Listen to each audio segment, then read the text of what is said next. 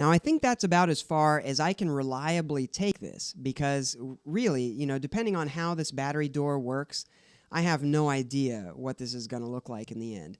So let's go to our features and just clean this up a little bit just for the moment. We may, get rid of this later, but just to make things visually a little bit nicer, let's go over to our Surfaces tab and over to Cut with Surface. I'll select this exterior surface. And then there's a little arrow you'll see right there. You see that little arrow?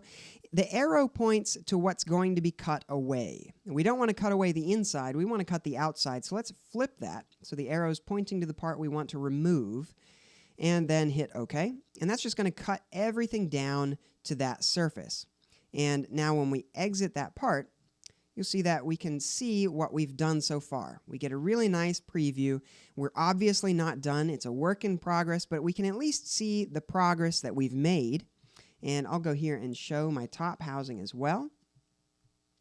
And we can see that it's about time to go ask the designers what happens next, because I think they are probably getting just about to the point where we could start to push this thing forward.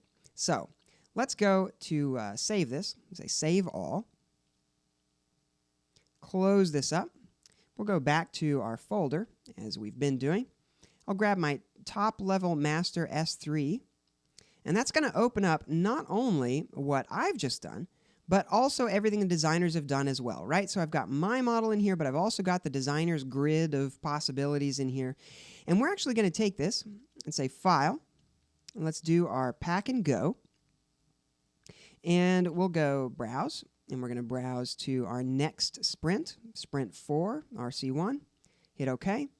And this time, let's do a Select and Replace, because this last one was for S3, right? And we need to rename these files, otherwise we may cause ourselves problems later. So let's do Select and Replace. We want to select S03 and replace that with S04. Hit Replace All and close. You see that all of those have now been changed. Now there are some black ones that have not been changed, and that is like this one here, ID Interaction 001. That's because we just created this, and it's brand new and doesn't have a hasn't been appended. So we'll do S4 on that. I'm going to copy that. Okay, and we'll add that to our others as well. So we'll just rename each one of these other instances. Okay, so now everything is renamed. We're ready to save it. We hit Save. Everything goes to our new folder. We can close this up. When we go back to our folder, we'll now have our Sprint 4 all ready to rock.